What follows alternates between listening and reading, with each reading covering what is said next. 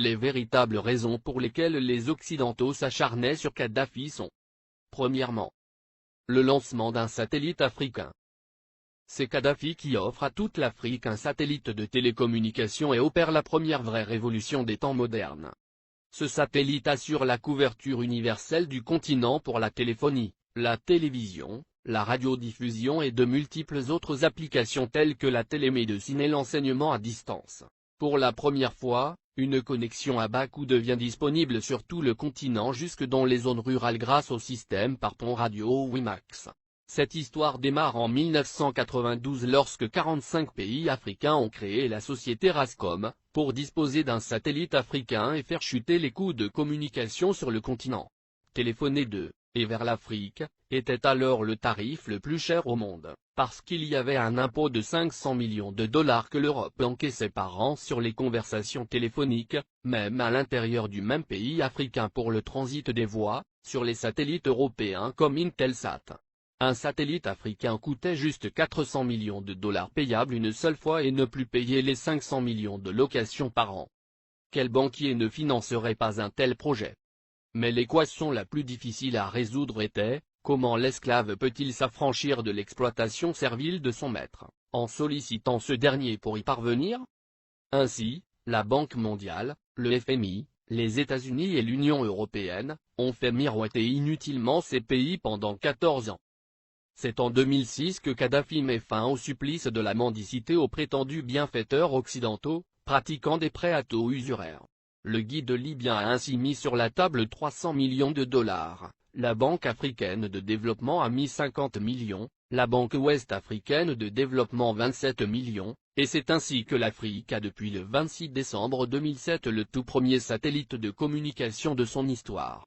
Dans la foulée, la Chine et la Russie s'y sont mises, cette fois en cédant leur technologie et ont permis le lancement de nouveaux satellites, sud-africains, nigérians, angolais, algériens et même un deuxième satellite africain est lancé en juillet 2010.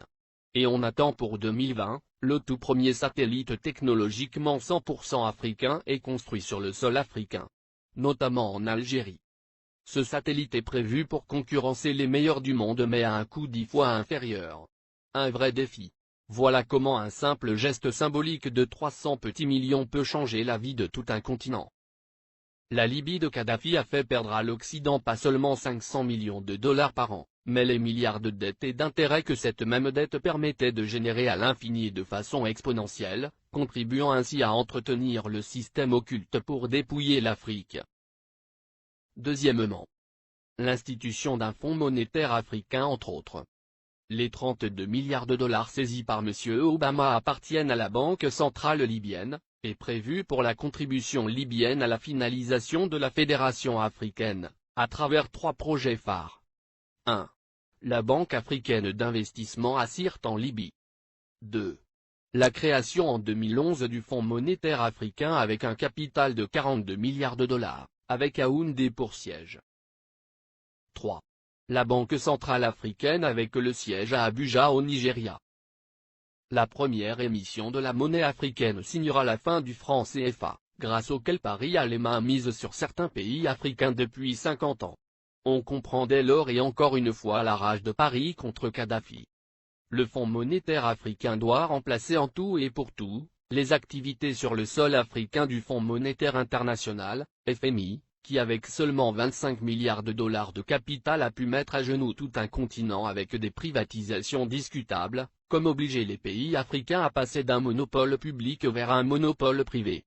Ce sont les mêmes pays occidentaux qui ont frappé à la porte pour être aussi membres du Fonds monétaire africain, et c'est à l'unanimité que du 16 au 17 décembre 2010 à Yaoundé, que les Africains ont refusé cette convoitise, instituant que seuls les pays africains seront membres du Fonds monétaire africain.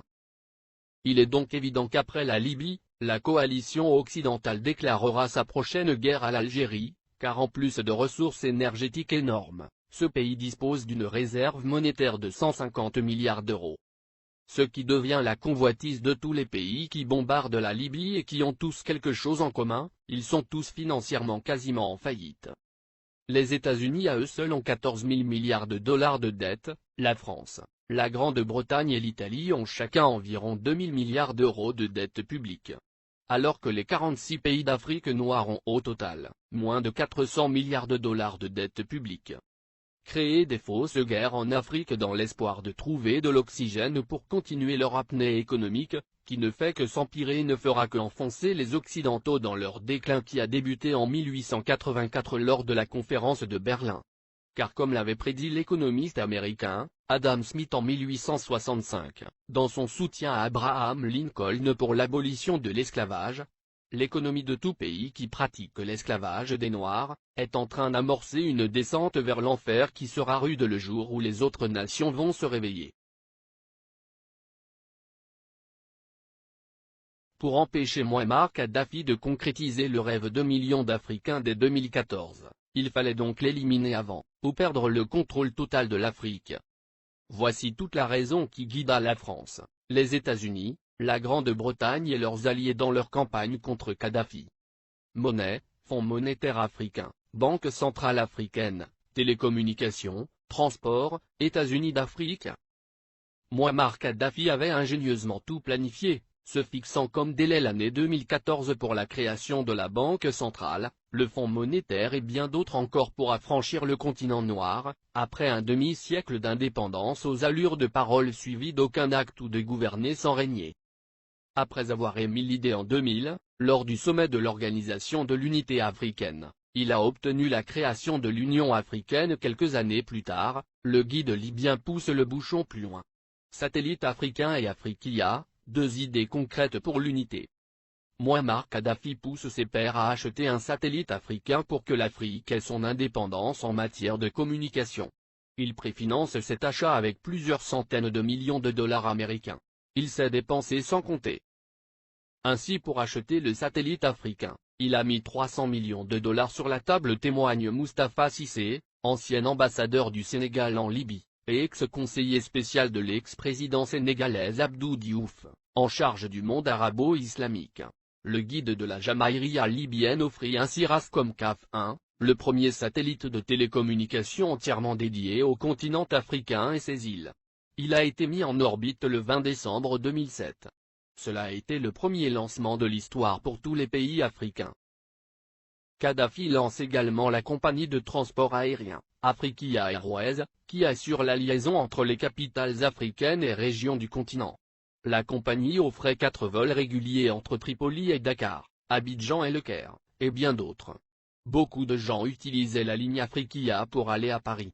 Parce qu'on pouvait faire Dakar, Tripoli, Paris, et retour à 400 000 francs CFA, 615 €, ajoute le diplomate sénégalais.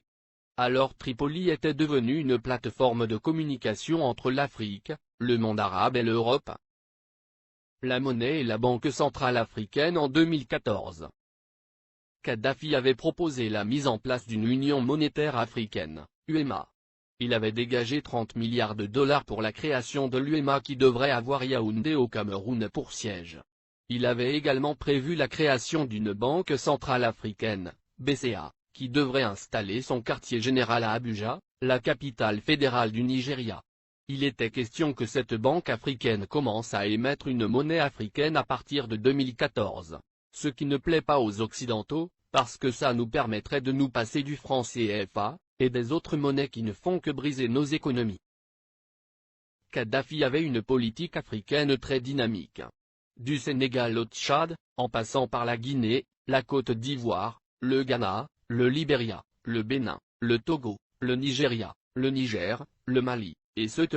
Le guide libyen investit des milliards de dollars dans les secteurs agricoles, hydrocarbures, hôtellerie et tourisme, et dans l'équipement. Au Mali, le plus petit investissement libyen est chiffré à 50 milliards francs CFA dans l'industrie hôtelière. Ces investissements libyens dans l'hôtellerie sont estimés à plus de 50 milliards de francs CFA, a déclaré Oumar Bala Touré, directeur général de l'Office malien du tourisme. Plusieurs autres centaines de milliards ont été investis dans le secteur agricole. Pour les Maliens, Kadhafi est un homme qui s'est engagé pour la cause africaine. Le Conseil national de transition, CNT, est considéré au Mali comme un organe rebelle soutenu par la communauté internationale. Dès le début de la révolte à Benghazi, et l'entrée de l'aviation étrangère, des associations musulmanes et des partis politiques avaient organisé à Bamako des manifestations de soutien à Kadhafi, dénonçant une invasion occidentale. Le guide libyen a, par ailleurs, dégagé plusieurs milliards de dollars pour la création de banques sahélo-sahariennes au Sénégal, Mali, Niger, Mauritanie, Tchad, et Ceuta, et le rachat de plusieurs compagnies occidentales en Afrique pour réduire leur emprise sur les économies du continent. C'est par exemple le cas de Mobil Oil, du groupe américain, ExxonMobil, qui est devenu Oil Libya dans la majeure partie de la sous-région ouest africaine. La Guinée-Conakry doit sa toute première chaîne de télévision à Mouammar Kadhafi. Il le lui a offert au nom du peuple libyen comme présent au peuple frère de la Guinée en 1979. Il a également équipé l'armée guinéenne, de l'armement lourd aux uniformes des soldats pendant plusieurs décennies. Sans compter un appui financier gigantesque. La vie des Libyens de l'ère Kadhafi.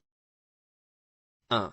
La Libye était le dernier pays sur la liste des pays endettés, la dette était à 3,3% du PIB, en France, elle était à 85%, aux USA à 88,9%, au Japon à 225,8%. 2. L'électricité à usage domestique était gratuite. 3. L'eau à usage domestique était gratuite. 4. Le prix d'un litre d'essence était de 0,08 €. 5. Les banques libyennes accordaient des prêts sans intérêt. 6. Les citoyens n'avaient pas d'impôts à payer, et la TVA n'existait pas. 7. Chaque famille libyenne, sur présentation du livret de famille, recevait une aide de 300 € par mois. 8. Pour chaque étudiant voulant faire ses études à l'étranger, le gouvernement de Kadhafi attribuait une bourse de 1627 € par mois. L'ONU, la France et les USA ont bombardé la Libye pour défendre leurs intérêts, objectif principal, détruire la création des États-Unis d'Afrique.